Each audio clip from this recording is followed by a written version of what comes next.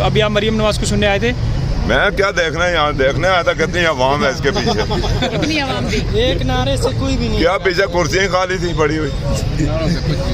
तो आपको अब क्या पीडीएम की जो मौजूदा हुकूमत है आपको क्या लगता है? बिल्कुल नाकाम है, सब लूटने के लिए आए हुए हैं। इमरान खान ने 4 साल में पाकिस्तान का बेसमेंट सही किया था। जिस तरह मकान का बेसमेंट करते हैं ना, इस तरह उसने मकान पाकिस्तान को सही किया था। 30-35 साल का गंद उसने साफ किया था। ये तो 35 साल से हुकूमत कर रहे हैं। सिर्फ सर्जरी करानी। आज देखें जो एहसास कार्ड था वो भी इन्होंने खत्म कर दिया। उसमें तो नॉन लीग वाले भी इलाज करवा रहे थे। बेड़ा गर्क कर दिया गरीब का इन्होंने। तो ये कह रहे हैं कि अभी जो पेट्रोल बढ़ रहा है जो एकदम से, और डॉलर जो बढ़ा है, ये सारा इमरान खान की वजह से बढ़ा है। हुकूमत तो चाहे इनकी में बढ़ा है। तो इमरान खान भी तो हुकूमत कर रहा था, उसने क्यों सस्ता किया हुआ था? आवाम को रिलीफ तो दिया था। उसने आवाम को तो रिलीफ दिया हुआ था ना। इन्होंने क्या दिया है आज? सब कुछ इमरान खान की वजह तो है। नहीं वो आपने जितने 4 साल कटे हालांकि ना साडा कोई रिश्तेदार होवे ते ना ये वे असा तो मुल्क के बारे सोचना, ना गरीब बंदे के बारे जेड़ा बंदा सोचे ओदी खैर मंगो। इन्हें गरीबों के बारे सोचे ही नहीं।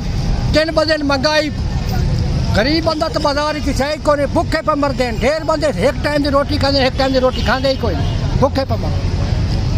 तो हुण ये जेड़ा गैस बिजली पेट्रोल वधा है सारा, ਇਹਦਾ ਜ਼ਿੰਮੇਦਾਰ ਫਿਰ ਤੁਸੀਂ ਕਿਹਨੂੰ ਸਮਝਦੇ ਹੋ? मौजूदा हुकूमत। ਉਹ ਤੇ ਹੁਣ ਕਹਿ ਰਹੇ, डिनाई कर रहे सी कि ऐसे नहीं तो सन नजर नहीं पिया। आवाम सारी पिटेंदी पई हुई, इनाम का कसूर है। सर आप क्या समझते हैं जी, क्या समझते हैं मौजूदा जो गरीब की तबाही है, जो गैस है, बिजली है, पेट्रोल है, आम आदमी की ज़रूरत है, गरीब आदमी 300 का पेट्रोल है, कौन जिम्मेदार है? जिन्होंने ना किसी सियासी सिस्टम को चलने दिया है, ना आवाम में सियासी शऊर आने दिया है। जब तक सियासी शऊर नहीं आएगा, इस सिस्टम को चलने नहीं दिया जाएगा, तो आवाम का यही हाल होगा। आप देखें, अब कितने साल हो गए हैं पाकिस्तान को आज़ाद हुए, किसी वज़ीर आज़म ने आज तक पूरा किया है टाइम? आप इस तरफ क्यों नहीं बोलते? क्यों नहीं उनको टाइम पूरा करने देते? क्यों नहीं सियासी सिस्टम चलने देते?